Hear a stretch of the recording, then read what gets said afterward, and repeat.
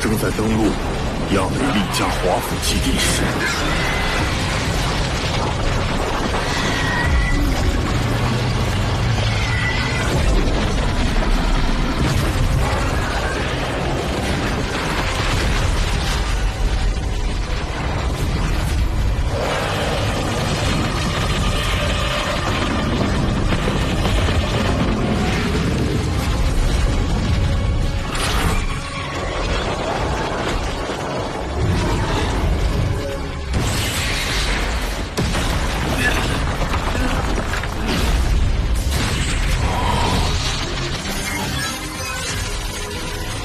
青角巨兽正在朝韩夏方向进发。什么？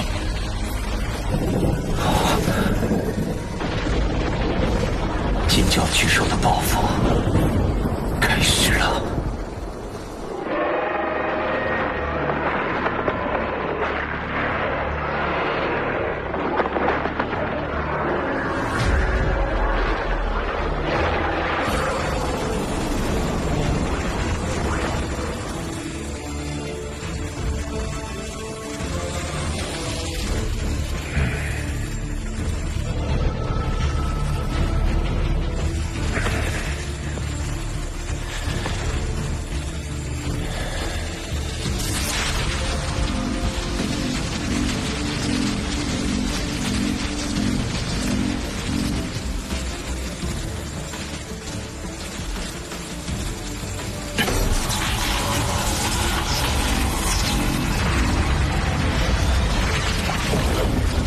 二弟，我传授给你的对领域的感悟和运用方法，你掌握了几成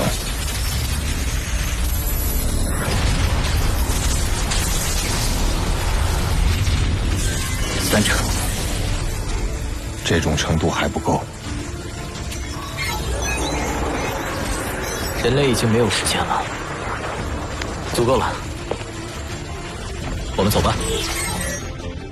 关主，我有重要的事情要和你说。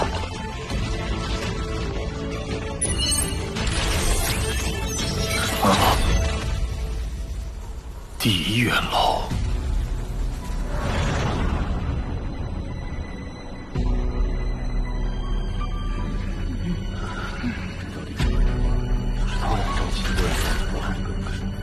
都是有个解决办法。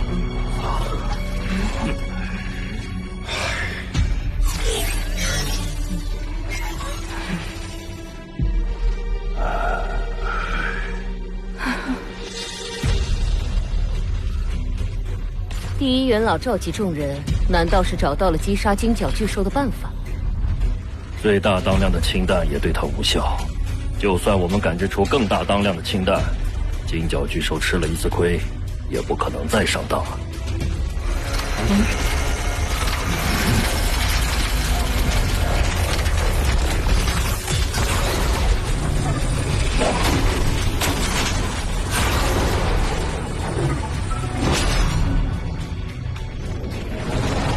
罗峰怎么和第一、第二元老？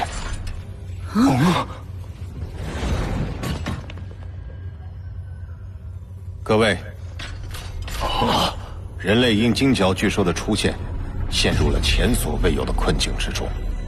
在这个关键时刻，我召各位来，是有要事宣布。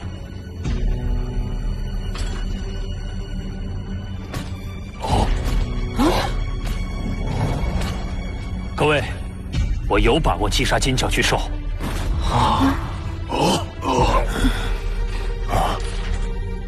什么？罗峰，你刚才说什么？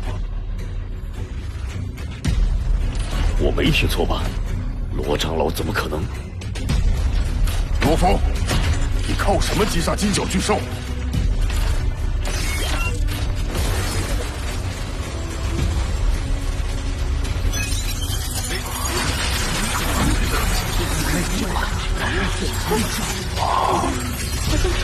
这是镭射炮。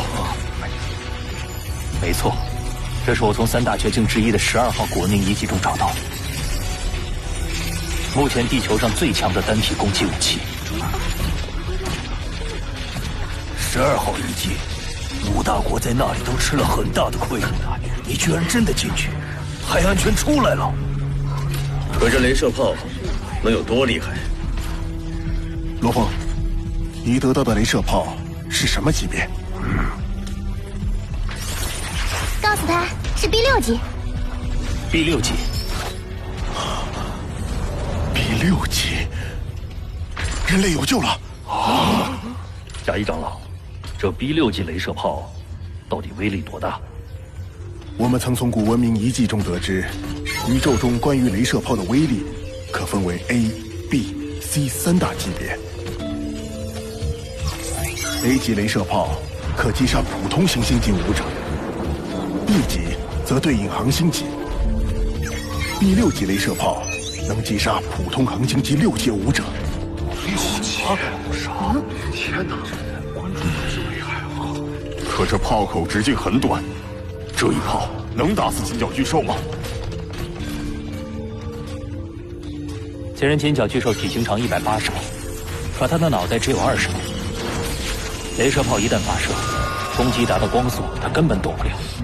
即便是细窄的激光射过去，也能将金角巨兽整个脑壳全部炸掉，保证魂飞魄散。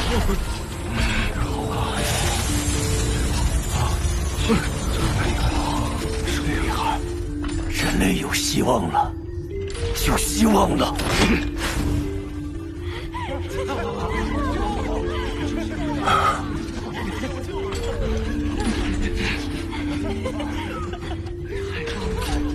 罗峰，谢谢你，是你重燃了人类的希望。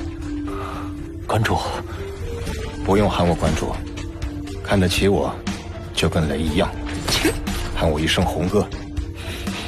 红哥，罗长老，我们可以亲眼看一下镭射炮吗？巴巴塔，还没好吗？最后阶段了。还请诸位等待片刻。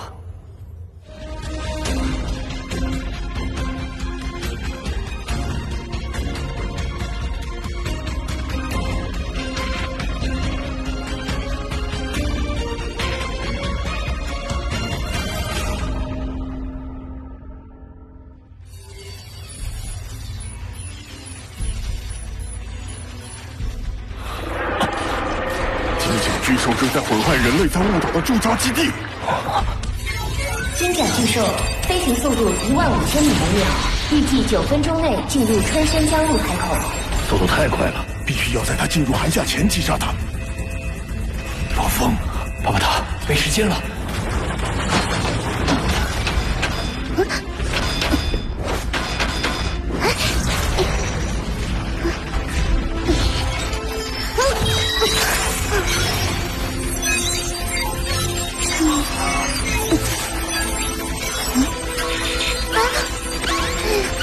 倒数8分钟。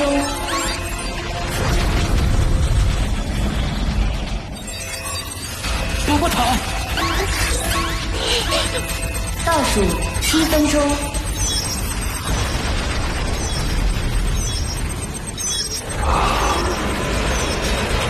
我们的将士在不断的减少。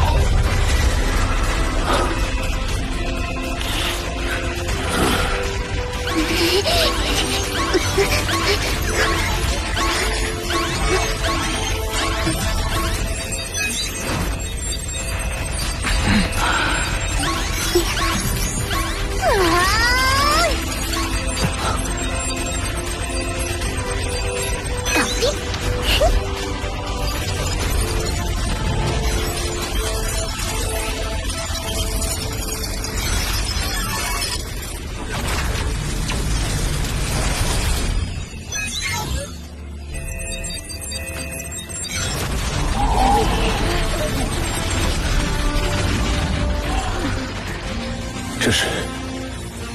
这是我从遗迹里一并带出的维修机器人。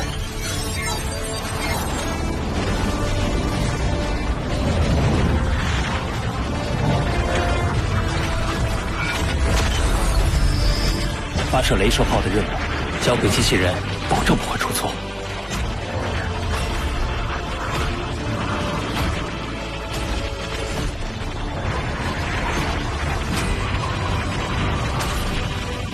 这些珍贵的外星科技在地下埋葬了那么多年，因为罗峰才能重见天日，为人类所用。寒夏有此动静，我死也无憾了。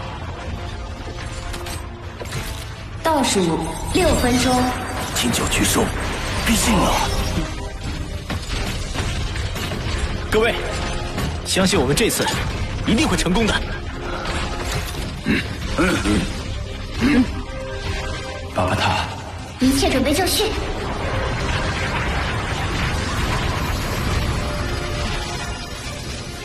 行动！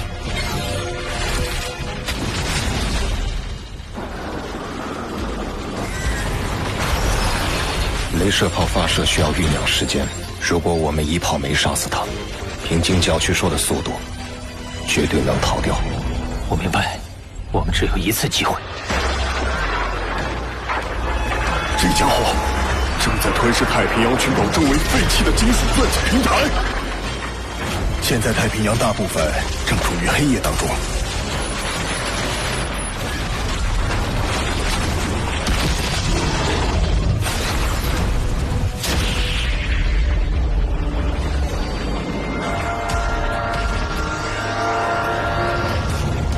机器人飞行速度2109米每秒，金角巨兽飞行速度15219米每秒。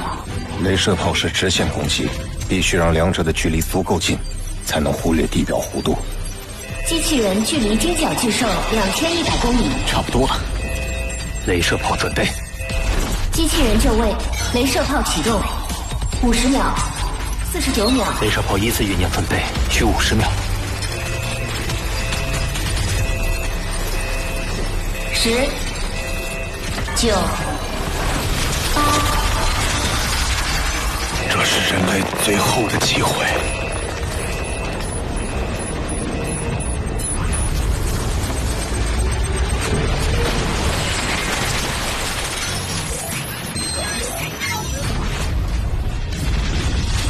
3、2，他发现机器人了。完了。1，发射。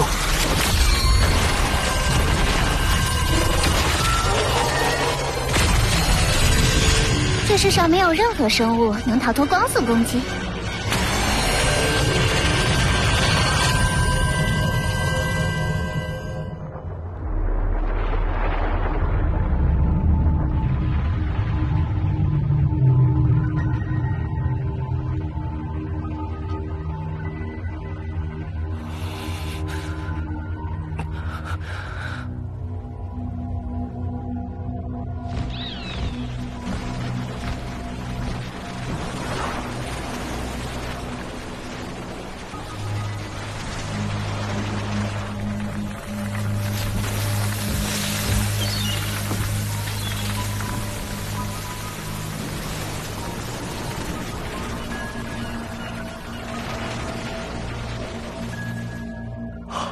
成功了！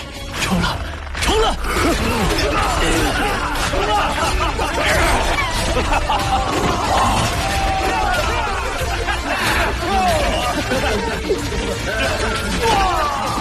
我们成功了！来来来，赶紧喝酒，庆贺成功啊！何风，很厉害吧？我早就说过了，用这架能击杀恒星级6阶的镭射炮轰杀他，他是必死无疑的。终于成了，这场灾难终于要过去了。红哥，怎么了？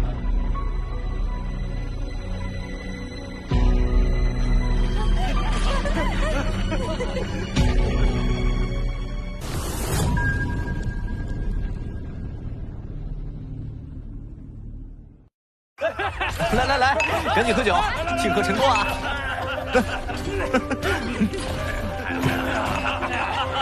终于成了，这场灾难终于要过去了。红哥，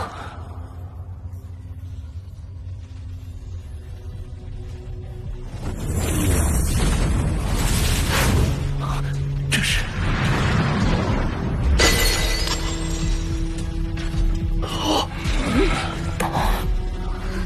可能不死的，怎么会这样？不管是人类还是动物，灵魂都在识海中，识海就在脑袋里，毁掉脑袋必死无疑。除非精神印记融入每一个细胞，凭细胞重生。可恒星级根本不可能达到那步。难道这金角巨兽有特殊天赋？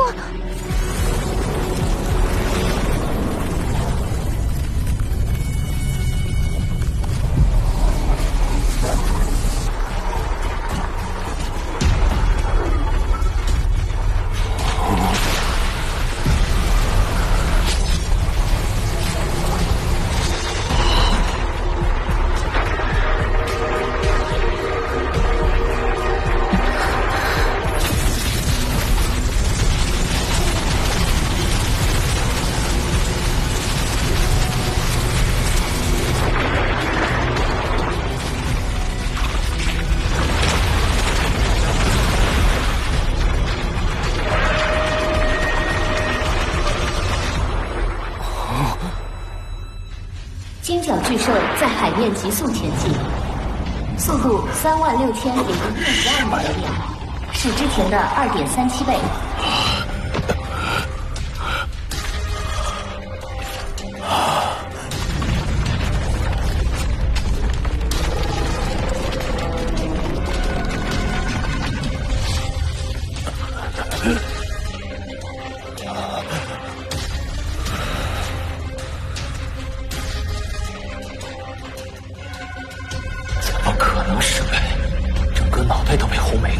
居然还没有死，这怪兽到底是怎么回事？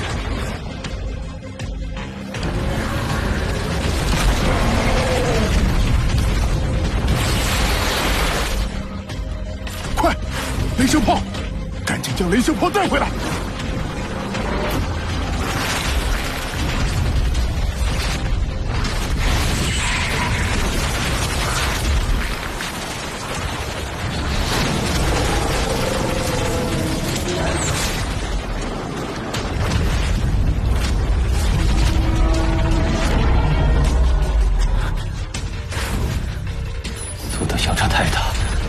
进行第二次攻击，才有脱身希望。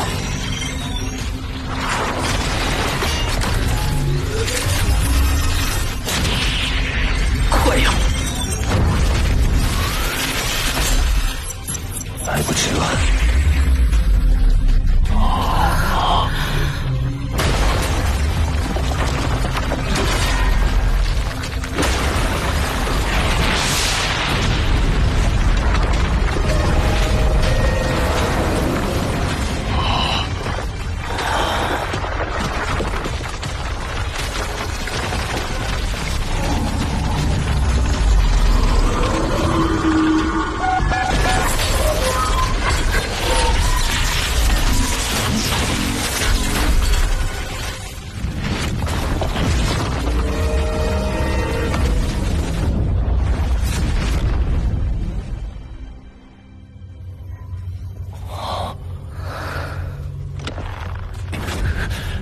对付尖角巨兽的最终武器，还没来得及再次攻击，就被毁了。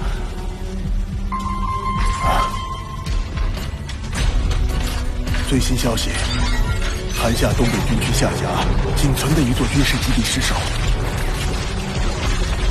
这意味着全球所有军事基地已被摧毁，各大基地室都完全暴露在攻击下，无法阻挡兽潮。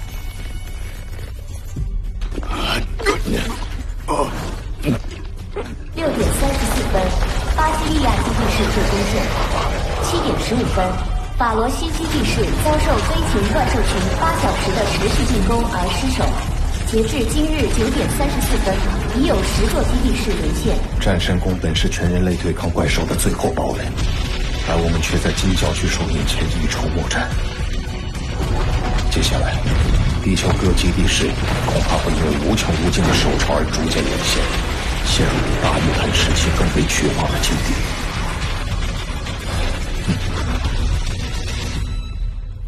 是时候了，红哥，我们还是和当初说好的一样。各位，金角巨兽因遭受炮击而实力受损，机不可失。我和雷神决定，联手拼死一战，击杀金角巨兽。红哥，我跟你们一起去。我们也愿意前往。前往，事关人类命运，我们责无旁贷。还有我们。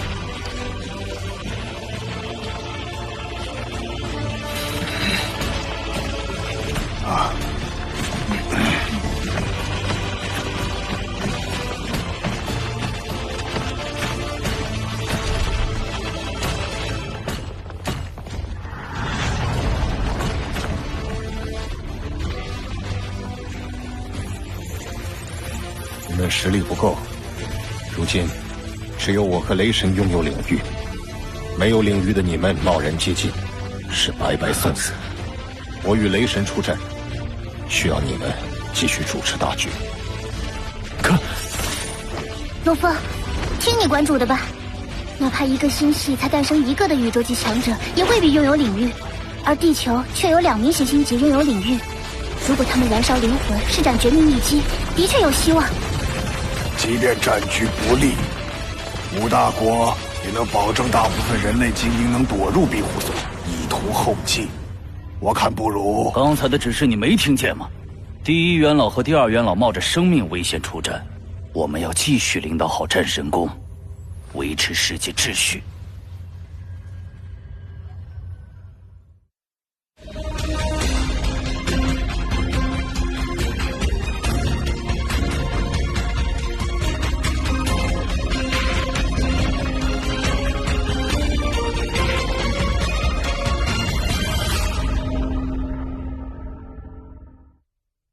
金角巨兽成长极快，一旦到宇宙级，整个地球将没有一个地方是安全的，人类几乎没有幸存的可能。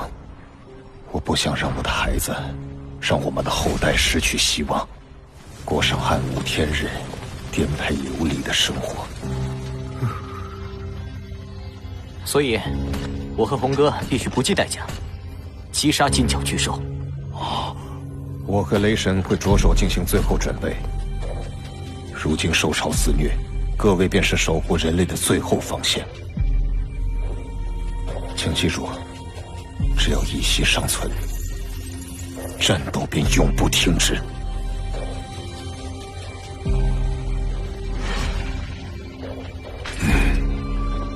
京都基地室再次告急，诸位，告辞。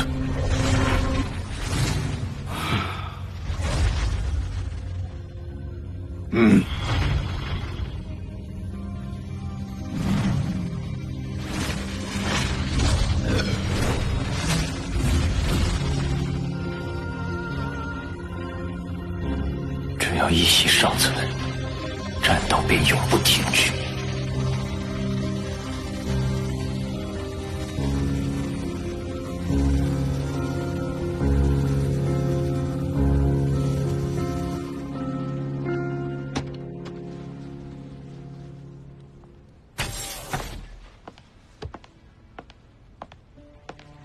小风，妈，我今天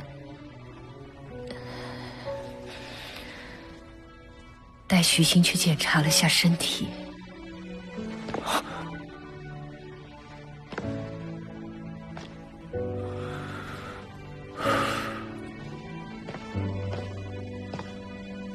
徐昕，我来探测一下。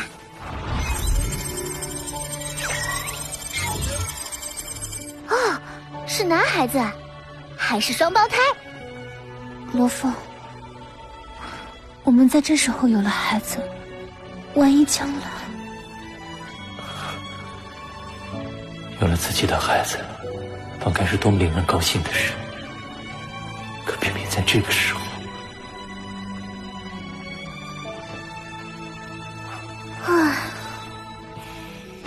我们会没事的。红哥说，要让孩子们不要失去希望。这种心情，现在我能体会了。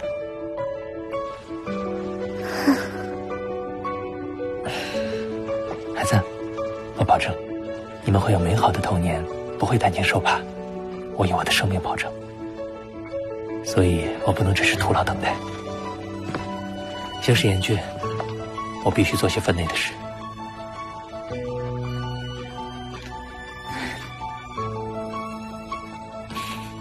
罗峰，回来以后，给孩子想个名字吧。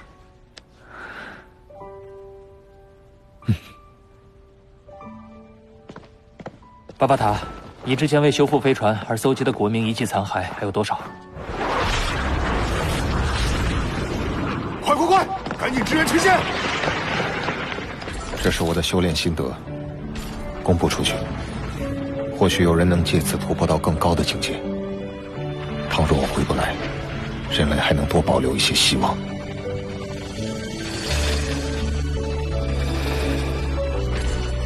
是。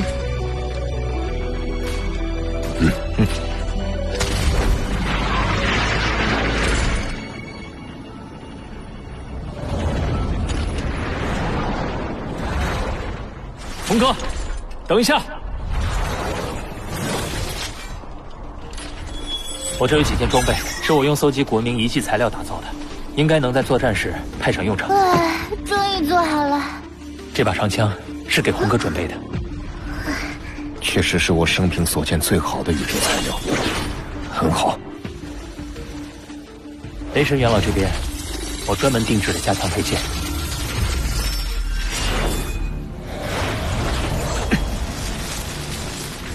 无论是战刀的结构还是重心设计都不错，很适合我的刀法。这件贴身护甲的防护能力较强，考虑到红哥有魔音藤护身，就给雷神元老了。谢了。没想到我这1年搜集的古文明遗迹残骸，用来给其他人类制造兵器了。谢谢你，巴巴塔。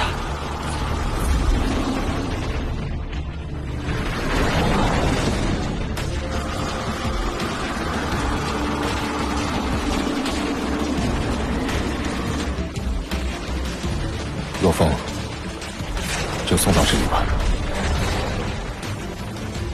此刻，你另有重任在身，你已经是实打实的地球第3强者。我们出战后，你必须带领所有武者，承担守护人类的使命。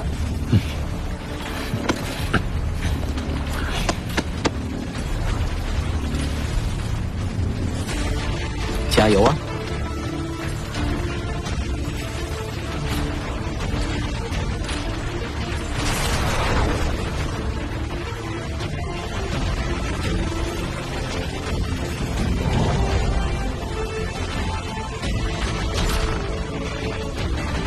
一定要平安回来。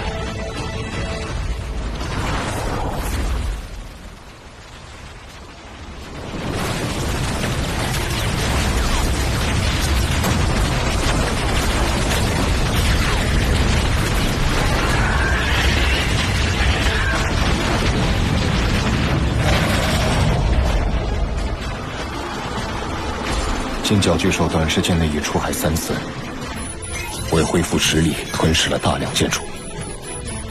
我们飞到海上去，锁定金角巨兽的位置，时刻追踪。一旦冒头，即刻动手。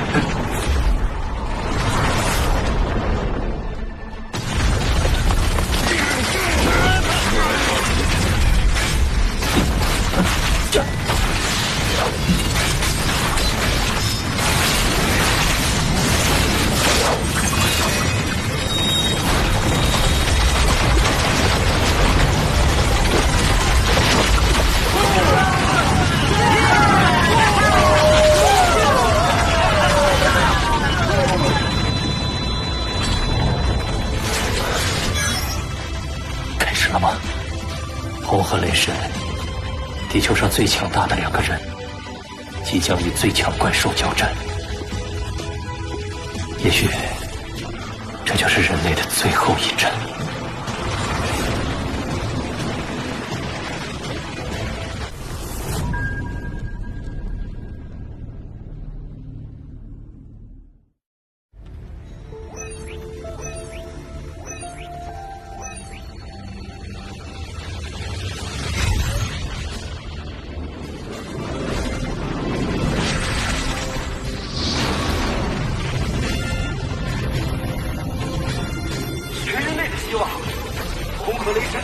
上！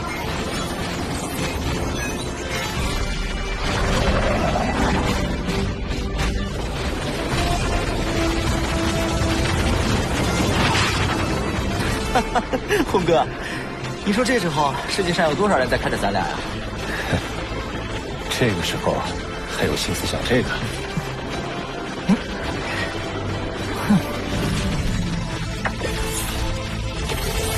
记得扫码哟。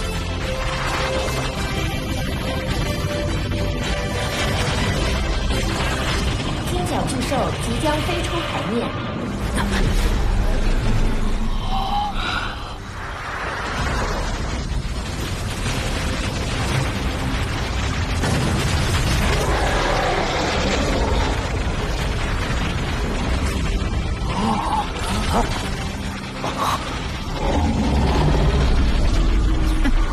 瞧你这眼神，仿佛是在说，弱小的存在竟敢当面挑衅我。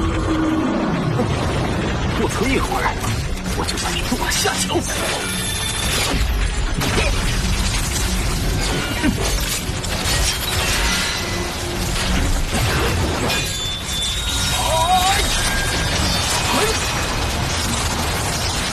让你好好见识一下人类力量的极限。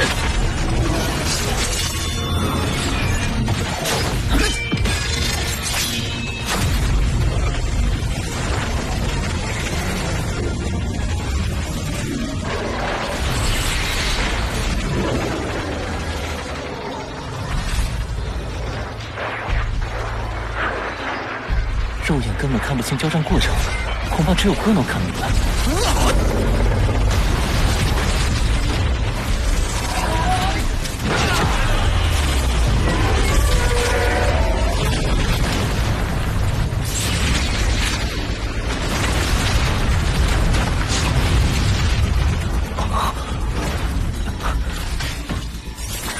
拼命了！红跟雷神在用燃烧灵魂的方式拼命。燃烧灵魂，就是将体内世界那颗基因元能的内核彻底燃烧，将人能、力量、意志完全结合，沟通宇宙，爆发出最强之力，非常可怕。但只能持续很短的时间，如果到时吞噬兽没死，那么他们两个就没有一点反抗能力。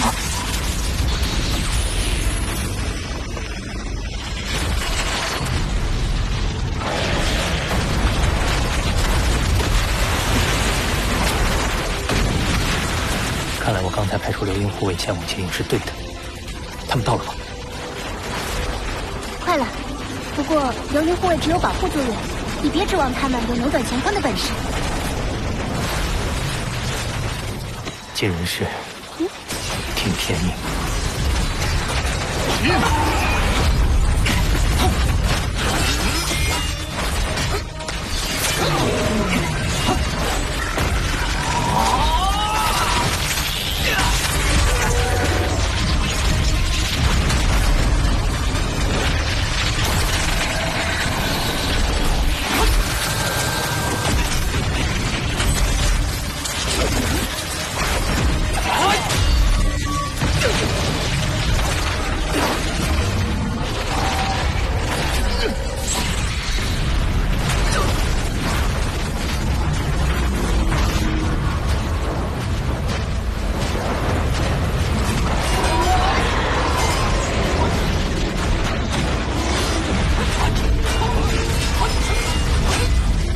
巨兽刚出生不久，根本来不及学习招式。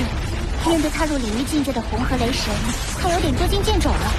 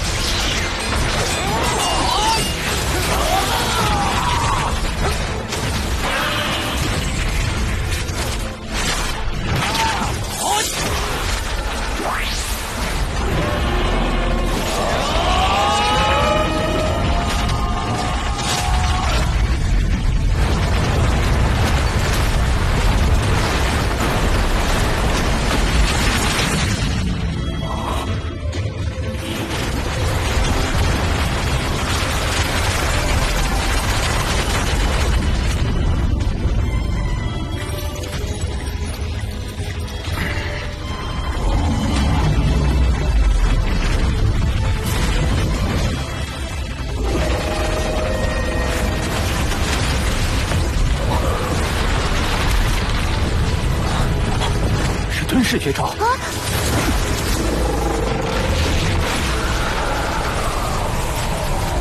胡哥，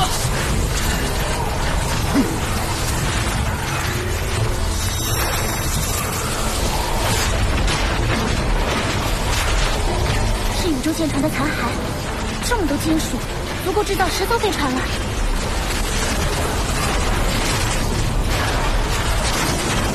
难道是红哥提前准备了像空间戒指那样的存储器，等金角巨兽开始吞噬，再把存储空间内的物品拿出来？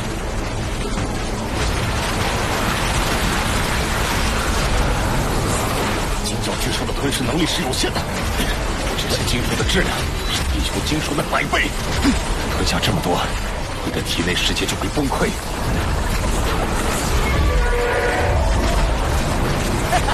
让你吞，让你吞，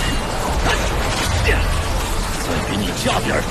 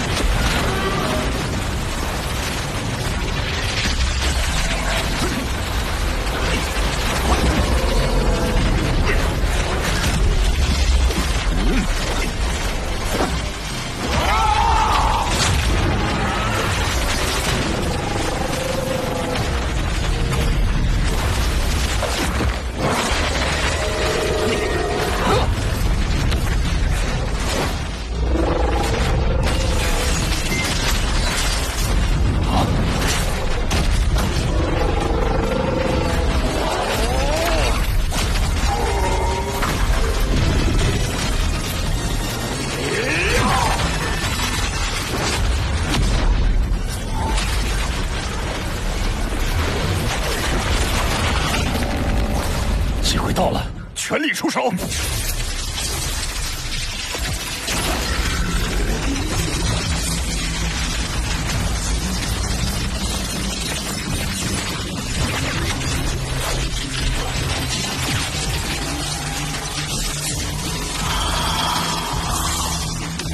九重雷刀，第9重，最高境界的9重雷刀，在领域加持下，发挥出了惊人的威力。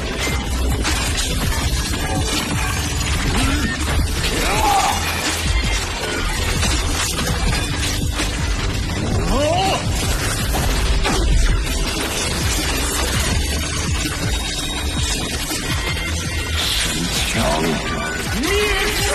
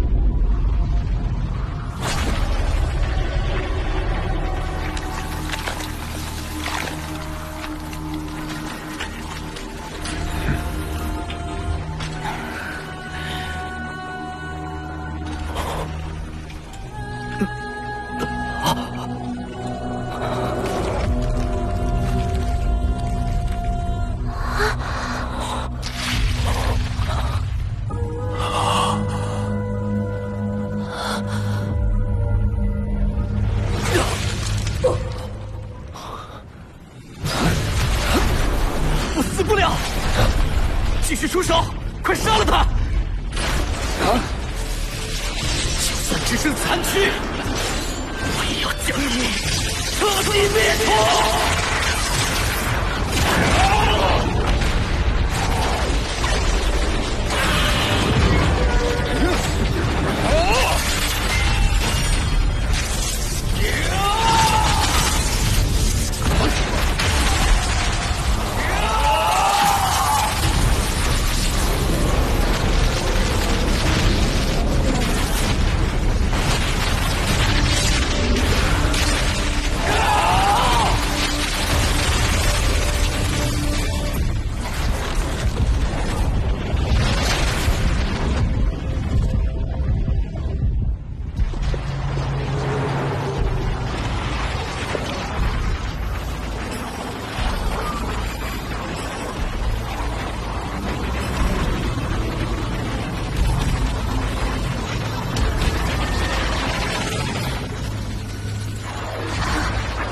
常英明。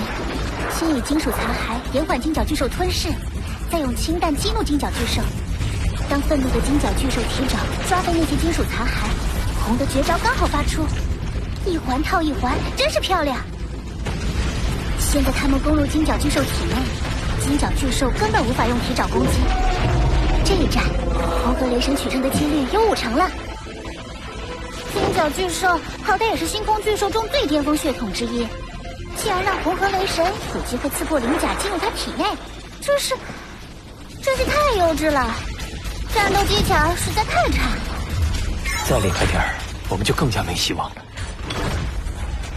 我不是这个意思，我是说这金角巨兽还很幼小，刚踏入婴儿期，年龄太小才会这么没经验，攻击手段才会这么的简单粗俗。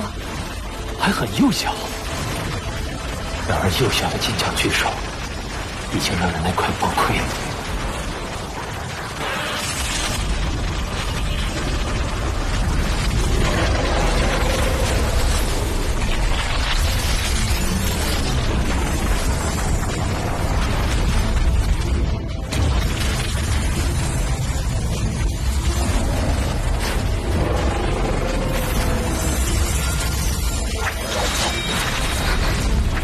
重伤自己，也要在体内绞杀红河雷神。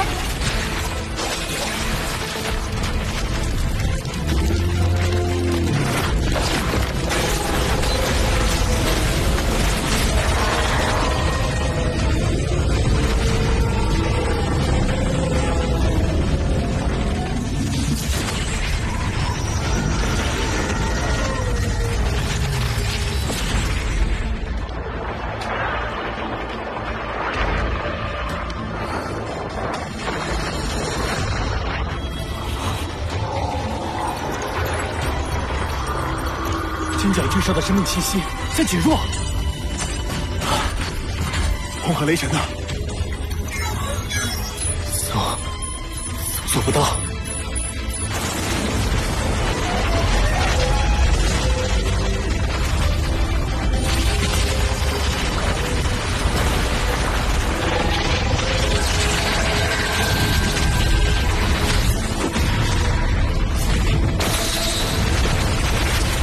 金角巨兽的生命气息在不断减弱，已经低于黄，不，已低于王级怪兽，还在减。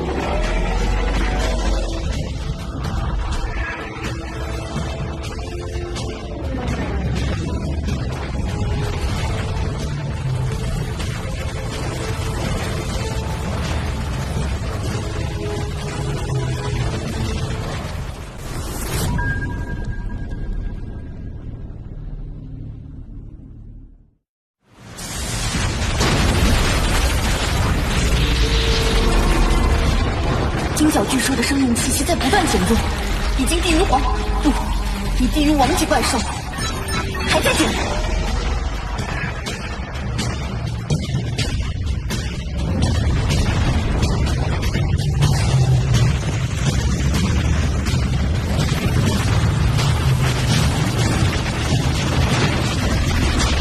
消失了，金角巨兽的生命气息消失了，我们赢了。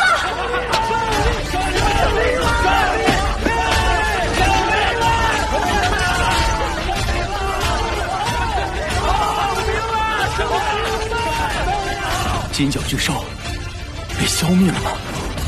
星空巨兽不能用地球常识来判断，在将他的肉体和灵魂彻底消灭前，不能掉以轻心。馆主和雷神元老呢？他们的生命气息搜索到了吗？馆主和雷神元老是地球最强的2人，他们一定能活下来，一定。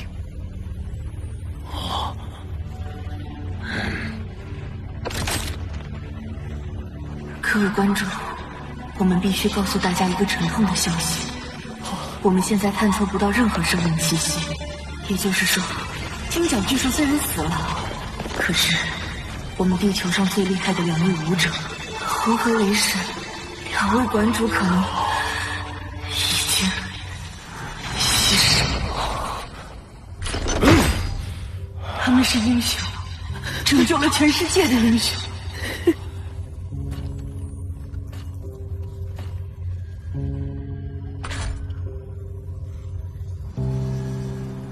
馆主和雷神牺牲了。不一定，红河雷神还不一定死。什么？你们地球上的生命气息测试仪是从古文明遗迹中得到的吧？那种测试仪是有探测范围的，当生命气息低于一个临界点，测试仪就无法探测到了。如果馆主和雷神的生命气息低到一定程度，这个气息测试仪就探测不到了吧？他们可能极度虚弱，但不一定死。不错，毕竟他们2人是领悟了领域的顶尖行星级强者，不能用常理来判断生死。不，怎么可能？金角巨兽的生命气息在增强。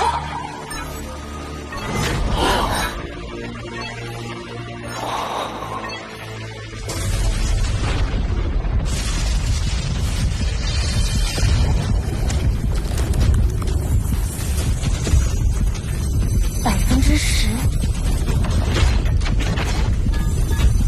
20%、30%。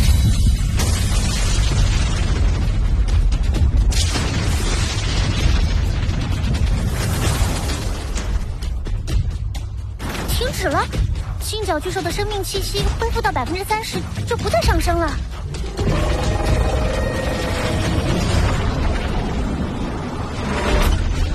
是馆主和雷神。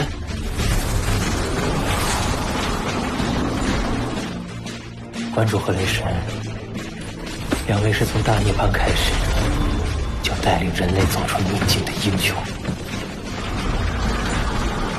他们是真正践行了生死与共的情谊。是灵魂沉睡，他们还没死。灵魂沉睡，这一般是不朽级强者受到重创后才会进入的假死状态。一旦进入灵魂沉睡，短则1-2年，长则100万年才能苏醒。红河雷神只有行星级，他们陷入灵魂沉睡，可能永远都不会醒来。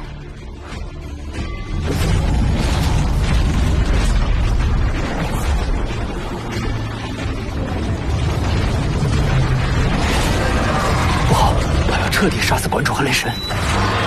是2营护卫，他们到了。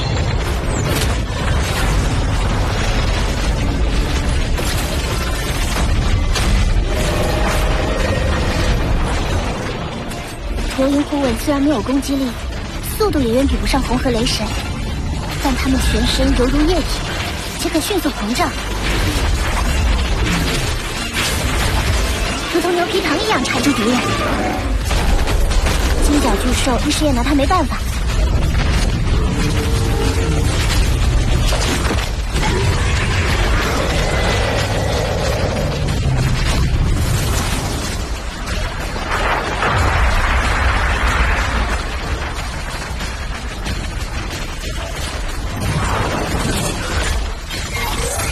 校长，馆主和雷神接收到了吗？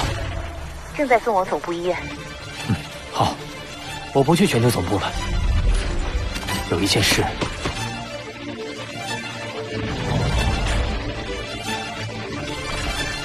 要先去做。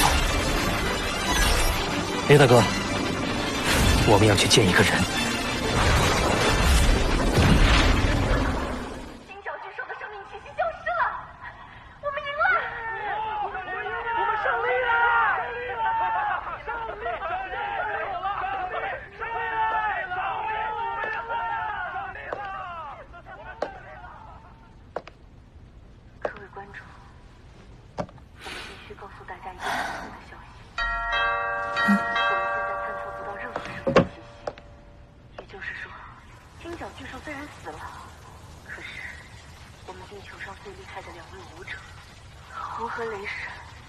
两位馆主可能已经牺牲，他们是英雄，拯救了全世界的英雄。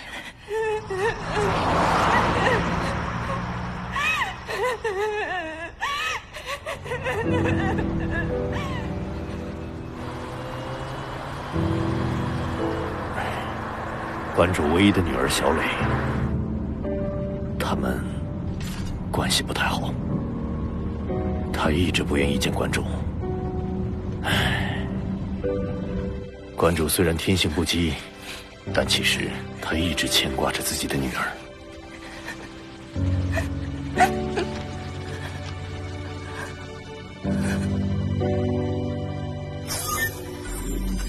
小磊，我们已经快16年没见了吧？我还记得当时第一次带你去游乐场，我下手不知道轻重，弄坏了好多设施。还是那会儿小女孩的你去道歉的呢。一晃都过去这么多年了。你18岁那年认识的那个帅小伙，现在已经是你丈夫了吧？唉，我当初就不该那么古板，不同意你们的婚事，害得你离家出走，16年都没联系。不过我一直有偷偷了解你们家的情况，知道你们婚姻美满，我也就放心了。不说了，我待会儿就要跟你洪博出去了，之后也许就很难再联系了。小磊，你放心，爸爸我一定不会让那头该死的怪兽伤害到你的。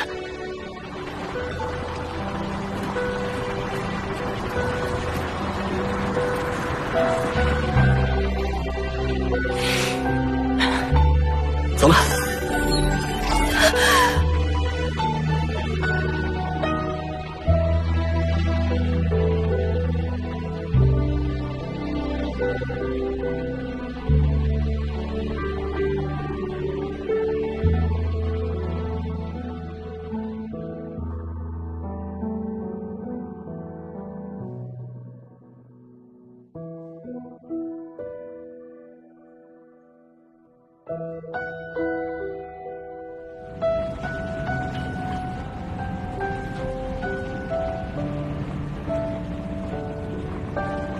馆主拜托你来转交，可见是对你完全的信任。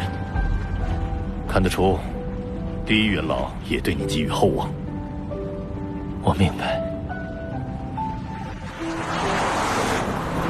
馆主和第一元老都已被收治在极限武馆全球总部，虽然生命反应很微弱，但没有死。你已经是10打10的地球第3强者，我们出战后，你必须带领所有武者，承担守护人类的使命。加油啊！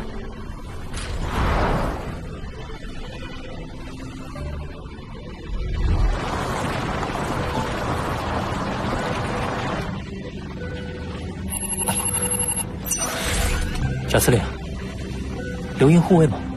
对，是我派出的。没用的，流萤护卫只能用于防御，无法对金角巨兽造成杀伤。官方宣传需要。这么说没问题。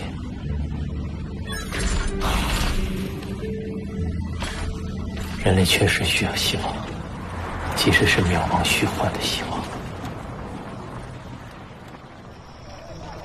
这2个银色巨人是各国合力研制出的最新的科技巨人，和几千年来一样，这一场战争，人类一定会获胜。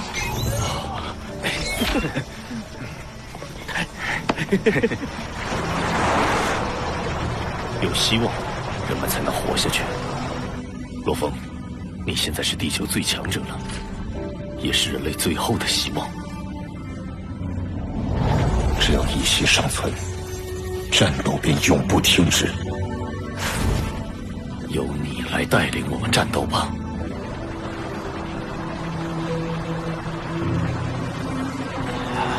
韩夏的基地是守不了太久，你回去看下家人后，我们就一起出发吧。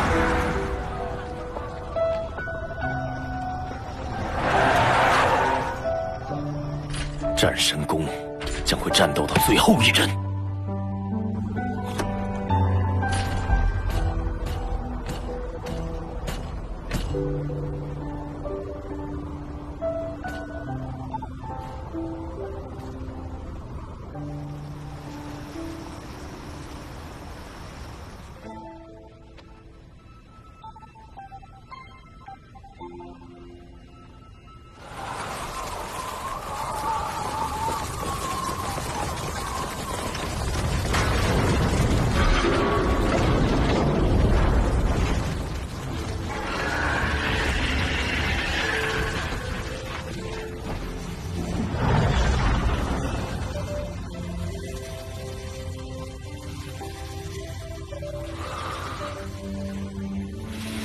罗峰，你也别太焦虑了。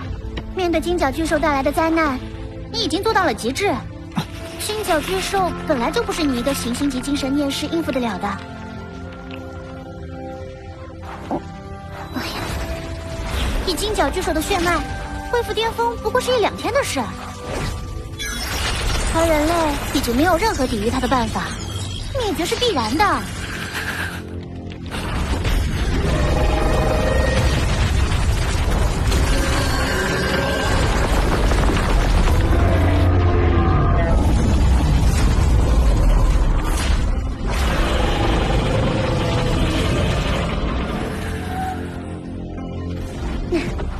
离开地球吧。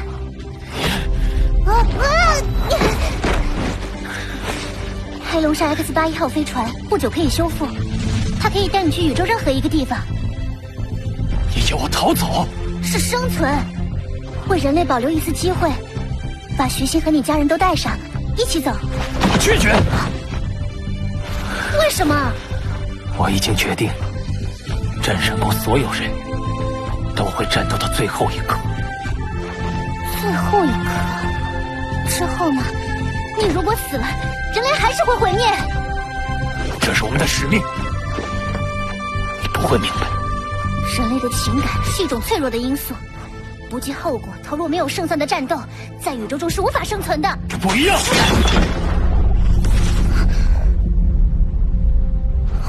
生存不只是肉体的存续，还有精神。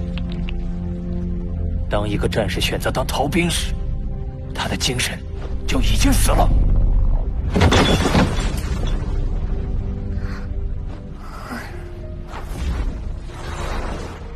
自从主人创造了我，我已经存在了6000万年。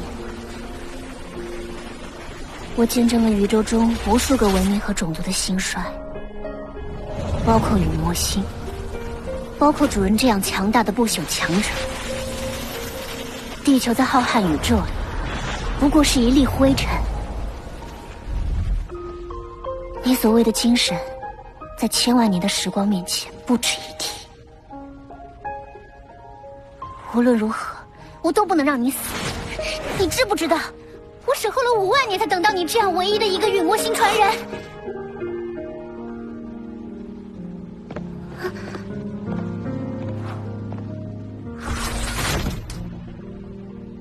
我其实就是地球这粒灰尘上的一粒灰尘。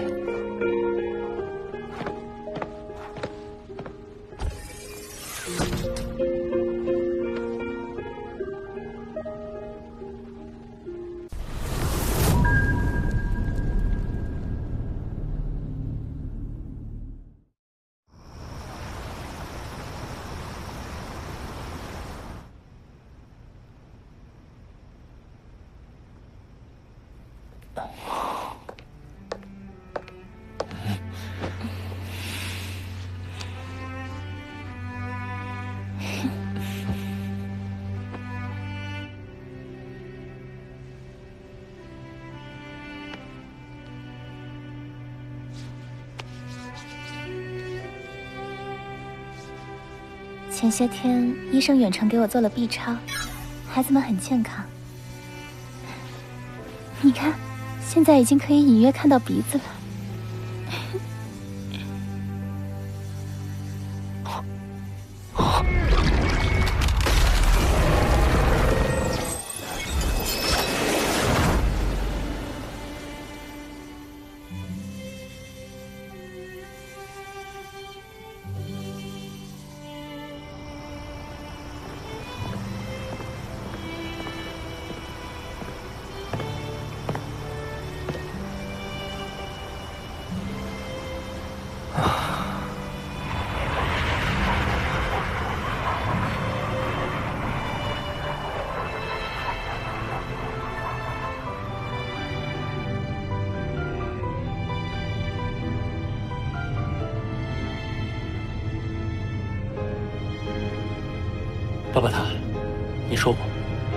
所谓的灵魂，实际是指体内世界的微型星球。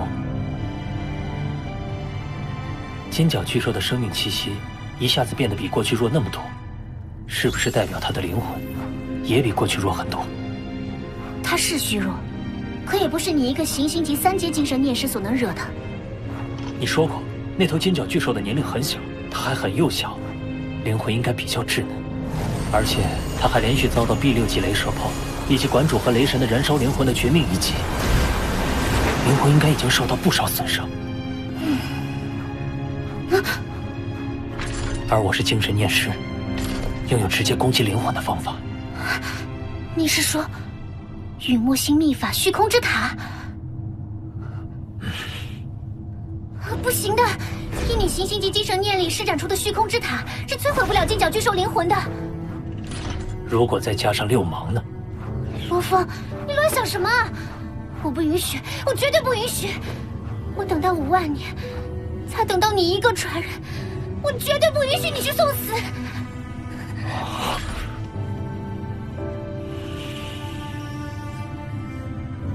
巴巴塔，你以为我想死吗？我不想死，我多么想看着我的孩子出生，多么想听孩子喊一声爸爸。我想活着，做梦都想活着。但是，我不想我的孩子一出生，就在飞船内过着没有阳光、没有朋友的日子。他们只能听我讲述，曾经有颗蔚蓝色的美丽星球，它沐浴在太阳的金色光辉下，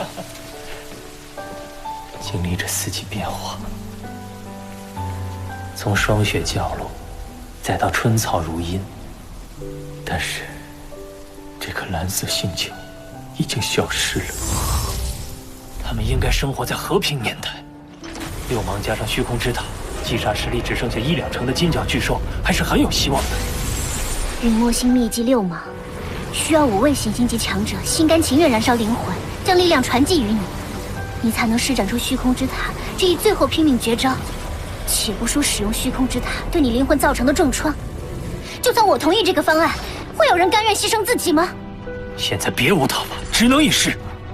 可是就连不朽强者，一旦灵魂遭到重创也难。巴巴塔，你说过，行星级只能在宇宙中流浪，混个温饱，而我的妻儿父母都是普通人，我带着他们进入宇宙其他星球是极其危险的，而且宇宙也并不和平。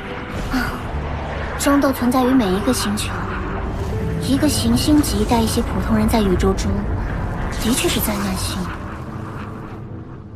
再说，如果我临阵脱逃，当了缩头乌龟，又怎么能称得上陨墨星的传人呢？我答应你，一定努力活下来。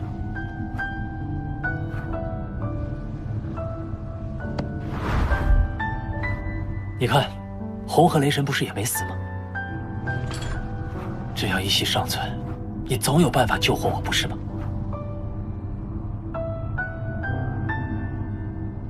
五位行星级强者实力越强，燃烧灵魂产生的力量就越强，但他们必须自愿，不能反抗。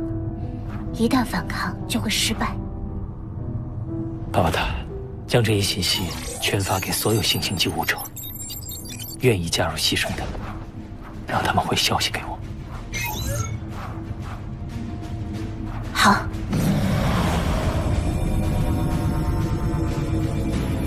罗峰，你说多少人肯牺牲？他们可都是行星级武者，精神念师。就算基地室被攻破，人类大逃亡，他们的幸存可能性依旧是最高的。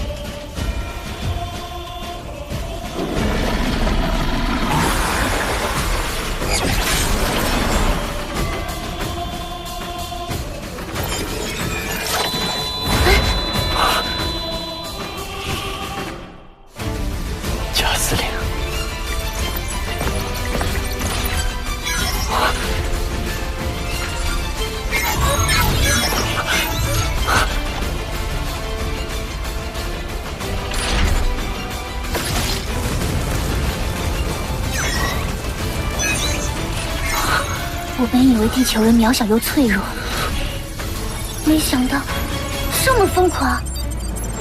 81封来信，其中62人愿意去，就连一些战神，在听到传闻后也自告奋勇加入。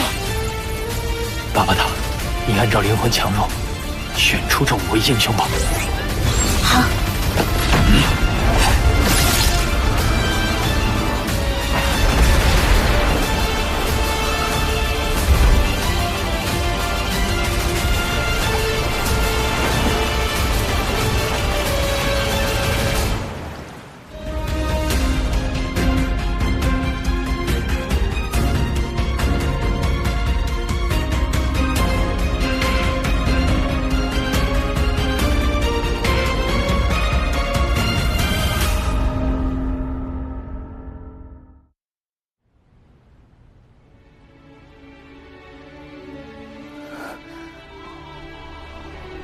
叶琳娜，这是我最后一次来看你，没能赶回家，从那头怪兽嘴里救下你妈妈，是我多年的心病。这次我要前往太平洋海域，去对付那头金角巨兽。你真的不愿意见妈妈最后一面吗？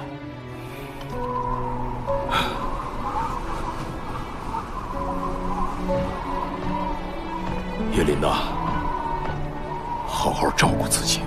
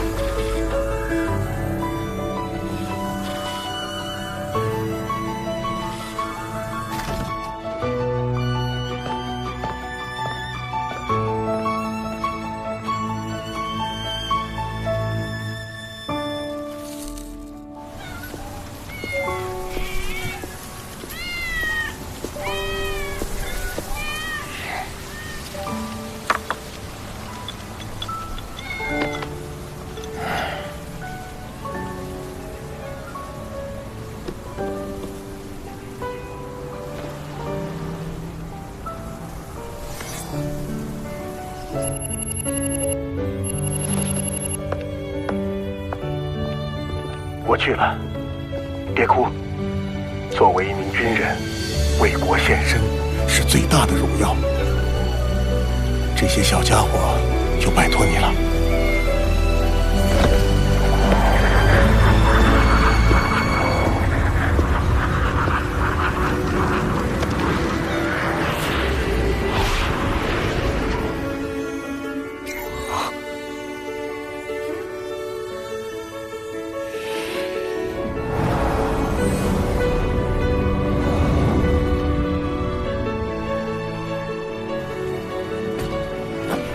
小风，起来。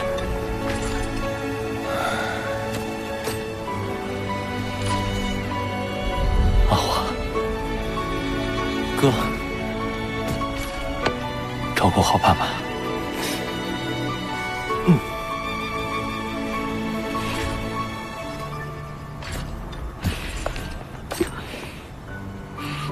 我欠你一场婚礼，对不起。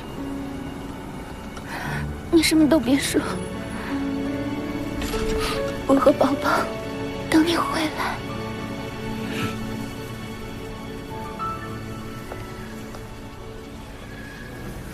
孩子们，也许你们永远都不会见到爸爸，但爸爸要告诉你们，爸爸其实很爱你们。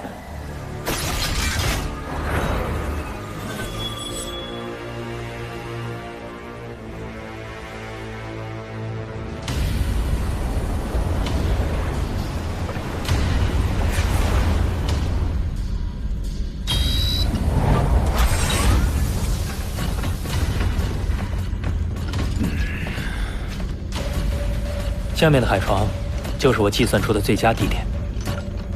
周边海域已清理，绝不会有怪兽打断秘境。尖角巨兽就在海床下1200米深，足够近，但不会惊动它。好，出发。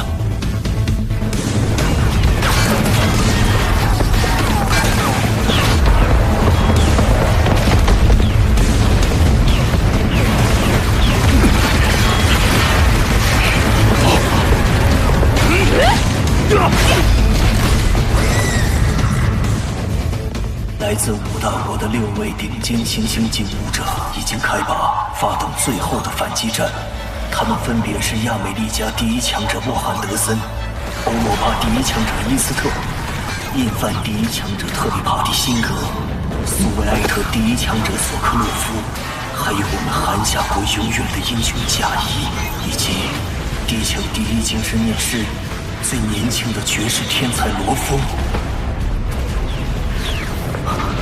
是罗峰，是我们的兄弟罗峰。让我们永远记住他们的名字。这恐怕是人类最后的机会了。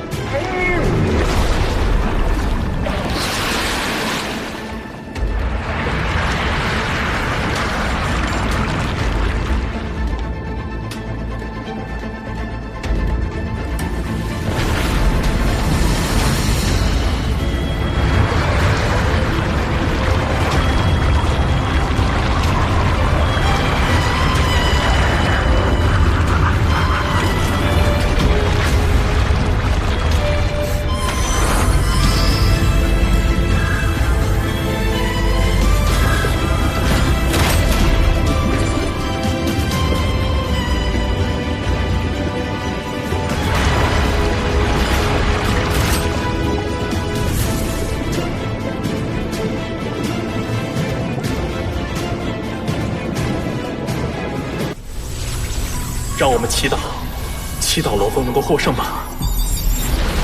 就是现在！